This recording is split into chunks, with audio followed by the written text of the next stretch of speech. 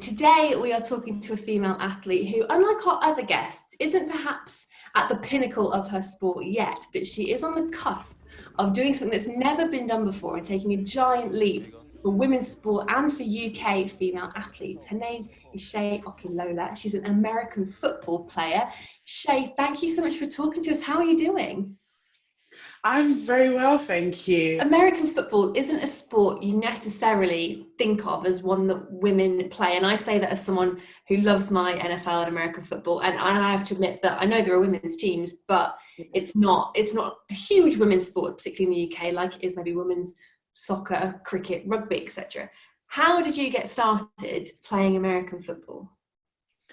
I had friends, male friends, who played in uni and outside of uni and got me into it, taught me the rules. I started to watch. Then I saw someone on Twitter put up that the London Warriors were looking for players. And I thought, why not? Why not? You could do it. You could do it. So I went to the first training camp and it was horrendous. I was out of breath. I was tired. My body was hurting. I wanted to go home. And this was all after the warm up. And I went back for some weird reason. And I haven't looked back since. And it's been about 6 years. It's so fantastic to hear. I have to admit, for my passion for the NFL and American football, the women's side of the game in this country or elsewhere, it is something that I'm just not particularly aware of, haven't seen much of. But there are, strong women's teams in this country. Obviously, it's an amateur level when you play over here and when you represent GB or England in the UK. Tell us about what you have recently signed up for.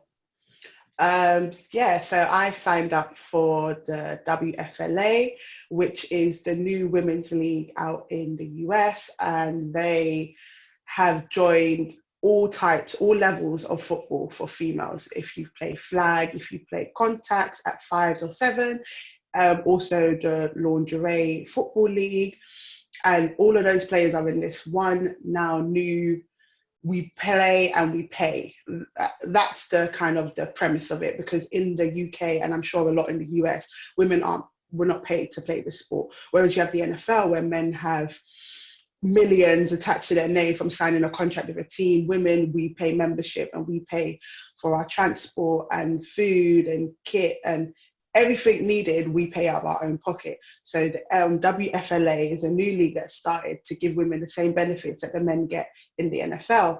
I personally have signed up to the Phoenix Red Tails, Tails Up, and they are honestly, it's so lovely to have people across the pond that have the same belief in the sport that you do. And it's not just the US, we have girls from Guam, we have girls from Brazil, we have girls from Germany, and we all just come together for the love of football. So the Women's Football League Association, like you say, is brought together the different strands, because there have been women playing American football in various guises in the States for years, and it's had a huge growth in the last 5 or so years. So they've brought together everyone, and it's full tackle football, isn't it? It's not flag football, it's full contact. It is full contact. You get hit the same way every other person gets hit. There's no special treatment for us being a women. We literally go there, and if you get hit, you get hit.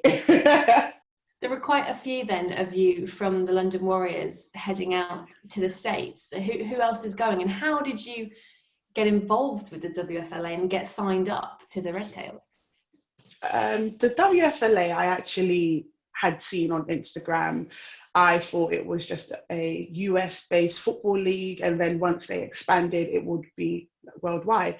My friend and my teammate had actually been signed. 2 of them had been signed before I had, and when I saw the opportunity, I was like, I've got to jump on this. I'm not getting any younger, and it is something that I've always had on my bucket list to play internationally, and I do love the sport, so I don't mind going.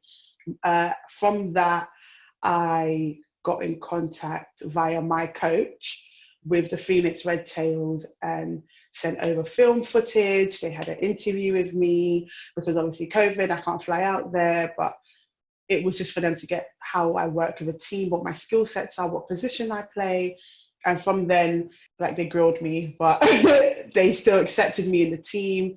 And now I'm on the Phoenix Red Tails with 4 of my teammates, which is amazing for all of us. That's quite a number to be going from the Warriors to just the Red Tails. Are there other UK athletes playing around the league? Yes, there are other female athletes from other teams that have joined other teams in WFLA. The Phoenix Red Tails, it just happened to be where the Warriors went. But we are a really tight-knit group in the London, like in Warriors. So for us to go over in the same tight-knit group works out better for us, but also works out better for what we can provide the team and sportsmanship on the field. You play tight end, which is a bit of a hybrid position because you have to be sort of half offensive line, I want to say line woman rather than lineman, and then also sort of half wide receiver. So how did you end up playing that position? Was it just a case of where the Warriors needed you, or was it playing into your skill set once you started playing? To be fair, when I started playing football, my coach, Coach Cherry, told me I was going to be a tight end. He told me from the day one I was going to be a tight end, but I initially was a receiver. I was a wide receiver. From wide receiver, I moved to a slot position. From slot, I moved to tight end. And to this day, I have to laugh because he did tell me, and I fought him, and I was like, I'm not going to be a tight end. I'm going to be a receiver.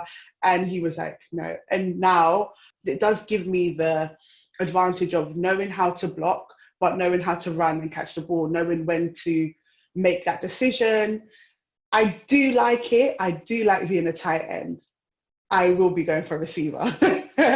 Will you? Are you looking to make the switch then when you head out to the Red Tails? Yes, I am hoping to be a receiver, but my strength is that tight end. I know how to play it so well, like the back of my hand, but I do want to try something different. But I could just fall back into old boots and just go back to tight end where I know what I'm doing and I can gain and help my team the most. And I think it's one of the most exciting positions to watch because on any given down, you don't know what the tight end's going to do, whether it's going to be that blocking offensive lineman thing or making a breakdown field. You think of the exciting players in the NFL, a lot of people's first names off the list tend to be in that tight end spot. They're kind of like the secret weapon because they could be blocking for the entire drive, and on the fourth down, all of a sudden they're running, and it confuses the defense so much because they don't know if that's a trick play, if they're running to get the ball, but by that time you're already in front, you're already past. So it is a fun position to play. I do get the most fun out of it. It is. I'm really intrigued. It is such a physical sport. It is such a brutal sport in a way that a lot of people in the UK, because it's so stop-start in nature, don't always necessarily fully understand that it's very explosive and short bursts of energy and your body's getting hit from every direction. Talking to you now and having had a little stalk of your Instagram, you're a very sort of glamorous girl. You've got the makeup tutorials on there. What is it about American football and playing this physical game that just got you hooked? Because on the face of it, even just talking to you now, I don't think if someone walked in now, I'd be like, oh, she's an American football player. It's not obvious. That's a good question. I still like to be a girl. I feel like me and football were like two different people. I have a very big alter ego when I play football. I can get hit over and over again and get up and still keep playing. I've had concussions and still kept playing. I've had fractured bones and still kept going because the momentum keeps you pushing, and you don't really realize most of them until after the game when your body's cooled down and you're like, oh, maybe I'm actually injured. And then I leave that on the field and I just go and I become myself. I don't really mix the two because there's a lot of, not aggression, but there's a lot of aggression in the sport where you have to be able to hold your own against people that are bigger than you. You can get hit mid-air, mid-run and have to keep going. I can't associate that into real life. I'd have to go to work and I talk to everyone nicely and we have a great day. I go out with my friends, I do my makeup and my hair, but when I'm on the field, I have my hair in braids, I have no makeup on, I'm very focused, and this is the goal. The goal is to win, and how do we win? And that's my mindset. As soon as I step on and I put my jersey on, I'm a completely different person. And then when I come off, I don't even remember what happens on the field. I'm just like, oh, did I do that? Okay. One thing I will say is we don't condone playing through a concussion. If you get banged to the head, I get know. it. So in terms of the WFLA, then it's a huge opportunity. It's rare that we have a women's league fully paid from top to bottom. What does this opportunity represent to you personally, and how do you feel about taking a leap into the unknown, because it's a new league, we don't know much about it? I took the leap because I was like, you're not getting any younger. This opportunity might never come again. And I never wanted to look back and be like, oh, I could have been an international football star, but I didn't go. So that alone pushed me forward and gave me the momentum to even want to play the sport abroad. But it's always been on my bucket list. I've always wanted to take this sport because I've put so much into it, physically, mentally, financially, that I couldn't go without not giving it a chance. Again, I'm still looking forward. I still have hope that it's going to be amazing. And most things for the first year are usually the best that they've ever been. So I was like, let me go for the first year. If anything happens after that, I can say I went to America and I played the sport. I can't wait. Like, the emotion behind it, I'm so happy. Every time I think about it, I'm like, yes. Your excitement is actually, even through the screen, is really quite palpable.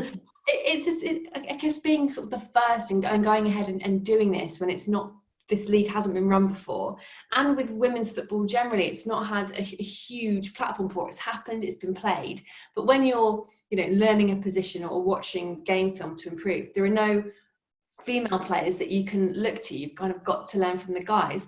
Have you thought about the fact that if this is a success, like you obviously hope it will be, that in a few years' time, there'll be girls looking at film of you playing tight end, sorry, it's not going to be receiver, for the Red Caps, going, I want to play like Shay, I want to move like that, I want to block like that?